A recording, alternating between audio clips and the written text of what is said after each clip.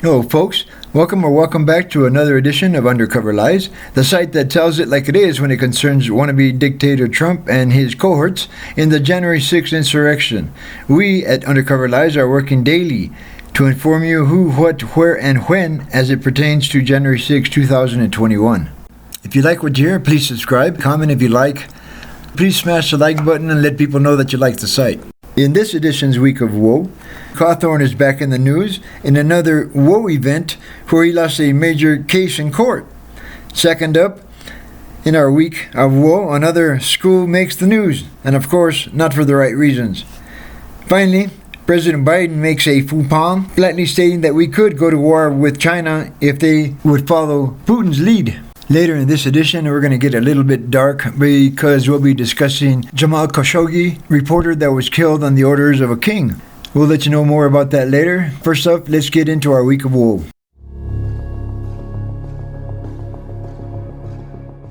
As promised, first up is Madison Cawthorn. He's the ex-Republican from North Carolina that just happened to lose the preliminary election. So he won't be running in November's election. Thank God he lost, and somebody else is going in there that is not as crazy as he was. He was a radical without a guide to point him in the right direction. Instead, he had Trump to endorse him. Anyway, Cawthorn made the news because he lost a major court case, namely, an appeal was filed to overturn a federal judge's decision wherein the judge ruled that the 14th Amendment, Section 3, had no bearing on the current insurrectionists. Now, how stupid was that? Of course, it was appealed, and the appellate court overturned the judge's ruling, saying that Article 14, Section 3 did apply. So, thank God for that ruling. Folks, this sets a great precedence, a very important precedence, and it means that Cawthorn and hopefully others of his ilk, insurrectionists such as Trump and Meadows and all those other idiots, will not be eligible for running for any public office because they were, on January 6th, insurrectionists and rebels. I am very happy to bring you this great decision. But he will probably appeal to the Supreme Court. And don't forget that I did for them. Clarence Thomas is up there waiting in the wings to overturn anything that is good for the country. For now, one communist sympathizer down, several to go. Okay, third up we have President Biden. This week, President Biden told the communist China that he will attack them if they decide to do a Putin adventure in Taiwan. Others think that this is a bad decision. I think it's a good decision. Puts them on notice what we'll do if they start playing around. Well, folks, the second item on this edition's Week of Woe is that on May 24, 2022, there was another massacre at another school in America. This one was in Texas, in Uvalde, Texas, at the Robb Elementary School. 19 children were massacred. Several were injured. The police, in the meantime, were sitting outside on their hands waiting for the chief of police to notify them that they can get off their hands and go do something other than sit there and wait for his instructions if he did not come out with them. They should have gone in there and taken care of that man. No, they waited for a man from the Border Patrol to hear from his wife, who teaches there, that there was a problem. He grabbed his shotgun, went to the school, took his wife and child out of that school, went back in and shot that bastard. Killed him. Why couldn't the police do that? What were they doing? Well, folks, that's it for this edition's Week of Woe.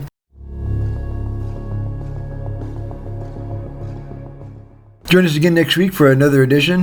We'll let you know what's going on in the world. For now, let's get a little bit dark and turn to Jamal Khashoggi, a reporter who was killed on the orders of a king.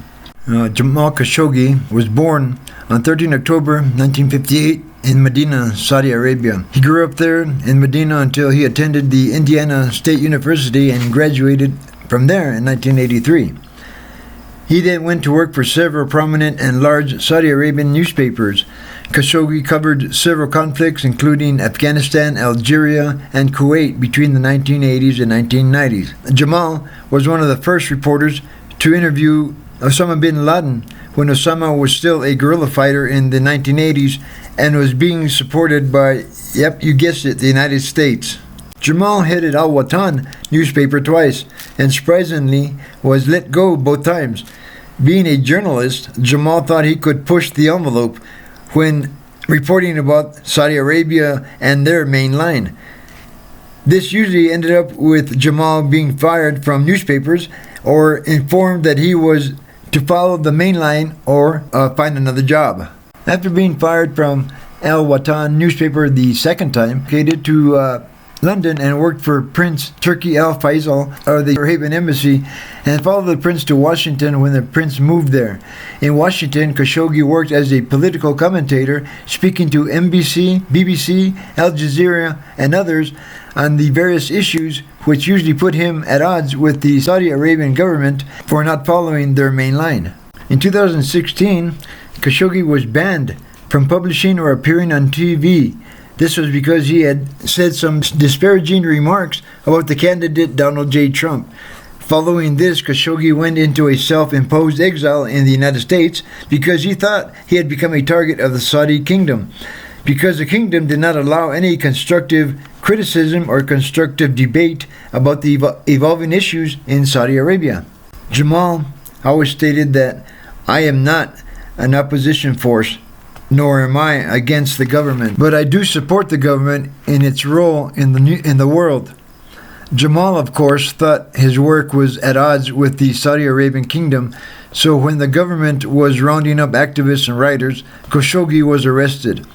But of course, he couldn't stay silent. He was a voice of reason in an unreasonable world, and in situations that the king and prince did not approve of, especially when speaking about the new de facto king of Saudi Arabia, Mohammed bin Salman. Because Jamal was criticizing MBS, or Mohammed bin Salman, saying that MBS was creating an environment of intimidation and fear, and that the Saudis were being silenced. Of course, Jamal knew that he was putting a target on his back, but he was a reporter and was doing a job that he loved. On October 1st, 2018, 15 men arrived at the airport in Istanbul, Turkey. These men were later confirmed to be close associates of Mohammed bin Salman, or MBS. They arrived on 4 separate airplanes and met at the Saudi Arabian embassy in Istanbul. Meanwhile, Jamal Khashoggi was attempting to get paperwork together to arrange his marriage to Hatice Chingiz, but was told that he needed additional paperwork from the embassy. So, on October 2nd, 2018, at about 1:13 in the afternoon, Khashoggi and his fiancée arrive at the Saudi Arabian embassy in Istanbul. Khashoggi is about to go inside the embassy when he turns around and gives his phone to his fiancée, who had went with him hand in hand to the embassy. She would wait outside for him to reappear. In the meantime, the 15-member execution team that had arrived the day before were waiting inside the embassy for Khashoggi to arrive. A few minutes after 1 o'clock p.m., Jamal and his fiancée were seen walking up to the Saudi Arabian embassy through the cameras that were positioned outside the embassy. One member of the execution team was Salah Tubegei, who would be responsible for getting Jamal into the plastic bags once he had been killed, then into the suitcases they had purchased the day before. Ahmed Abdullah al-Muzaini, the consulate military attaché, had arrived the day before from Saudi Arabia, and in his hands he carried Khashoggi's death warrant. Of course, his death would not be broadcast because the death warrant was given to him by the new de facto king of Saudi Arabia, Mohammed bin Salman.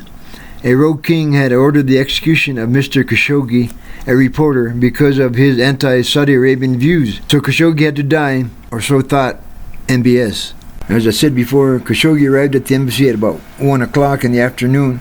He was seen by the kill squad as he walked up to the embassy holding hands with his fiancée. Inside the embassy, one killer asked another, "Are the bags strong enough to hold body parts?" As they see Khashoggi step up to the embassy gates, another asks, "Has our sacrificial animal arrived?" The camera sees as Khashoggi walks into the embassy, and that is the final time that Jamal is seen alive. As Jamal Khashoggi walked into the embassy, he was ushered into the Consulate General's office on the second floor. In a nearby room, the 15-member hit team waits. Immediately after entering the Consul General's office, Khashoggi is attacked, dragged to another room, and is killed within minutes. Then a doctor named Al Tubegei, an autopsy expert, dismembers Jamal's body as he supposedly listened to music. Gotta have music at a dismemberment party, just got to. Immediately after the death and dismemberment of Mr. Khashoggi, another assassin calls his boss and says, "Tell your boss," and then the deed is done. 4 hours after Khashoggi's murder, his fiancée is still waiting for Jamal to leave the embassy. She, shortly thereafter, makes calls to raise the alarm about Khashoggi's disappearance. Meanwhile, Mohammed bin Salman is stating to the world that Jamal Khashoggi was still alive and had left Saudi Arabian embassy through a rear door. Now, why would he do that with his fiancée waiting up front? The Saudi Arabians had a video of him leaving, supposedly, but in actuality, the body double was El Madani, known as the engineer, who was wearing Jamal's clothes, but he didn't change into Jamal's shoes, so already there was a discrepancy in the Saudi Arabian main line. The so-called king of Saudi Arabia had lied to the world, saying that he didn't order Jamal's death, but as ruler of Saudi Arabia he would take the blame. This should not have happened, he said, but it did, and the king made it happen. Jamal Khashoggi's dead, dismembered body was never found, but Mohammed bin Salman is still the king. Well, that's it for Jamal Khashoggi's death. A death ordered by a king. A reporter killed by a king. Well, join us again next week for another exciting story. Until then, please subscribe and crush the like button. Also, please leave a comment if you so wish. See you again next week. But always remember, America needs your vote.